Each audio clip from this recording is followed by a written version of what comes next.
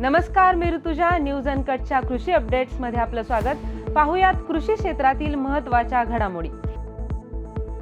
महाराष्ट्र शासनाने 1 रुपयातील पीक विमा योजना बंद करत केंद्र सरकारच्या निकषानुसार नवीन पीक विमा योजना राबवण्याचा निर्णय घेतलाय. यासाठी नव्याने निविदा प्रक्रिया राबवून विमा कंपन्या निश्चित करण्यात येणार आहेत. मत्स्य उत्पादन वाढीसाठी उपक्रमांची माहिती घेऊन आपल्या राज्यात सुद्धा नवीन उपक्रम राबवण्यासाठी अधिकाऱ्यांनी प्रयत्न करावेत, असे प्रतिपादन मत्स्य व्यवसाय व बंदरे विभागाचे मंत्री नितेश राणे यांनी केलंय. विदर्भातील एकमेव रेशीम बाजार जो मोठ्या अपेक्षेने सुरू करण्यात आला होता, अवघ्या 6 महिन्यातच बंद पडला आहे. दर्जेदार रेशीम कोशाची कमी उपलब्धता आणि अत्यावश्यक सोयी सुविधांचा अभाव यामुळे शेतकऱ्यांचा आत्मविश्वास गेला आहे. विदर्भातील सिंचन प्रकल्प अनेक अडचणींना सामोरे जात आहेत.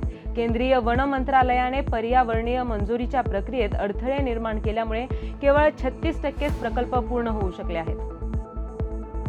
परभणी जिल्ह्यातील अनेक तालुक्यात वादळी वाऱ्यासह मान्सूनपूर्व पाऊस झाला. बहुतांश भागात जोरदार वारे वाहिले.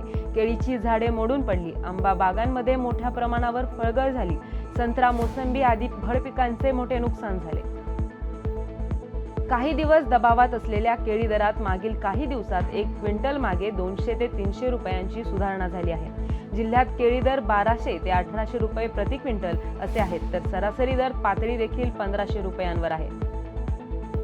सिंधुदुर्ग जिल्ह्यातील कोलझर येथे 5 हत्तींचा कळप दाखल झालाय. या कळपाने गावातील केळी, सुपारी आणि नारळाच्या बागांचे मोठे नुकसान सुरू केले आहे. लोकवस्तीत हत्तीचा वावर वाढल्याने लोकांमध्ये भीतीचे वातावरण निर्माण झाले. पुणे जिल्ह्यातील हातवळण गावातील समाधान शिंदे यांनी अवघ्या एका गायीपासून सुरुवात करून गोठा, खाद्य, आरोग्य आणि वेळेच्या शिस्तीवर भर देत दुग्ध व्यवसायात उल्लेखनीय यश संपादन केलं आहे. या बातमीसह वेळ झालीय कृषी अपडेट्स मध्ये इथेच थांबण्याची. पाहत रहा न्यूज अनकट.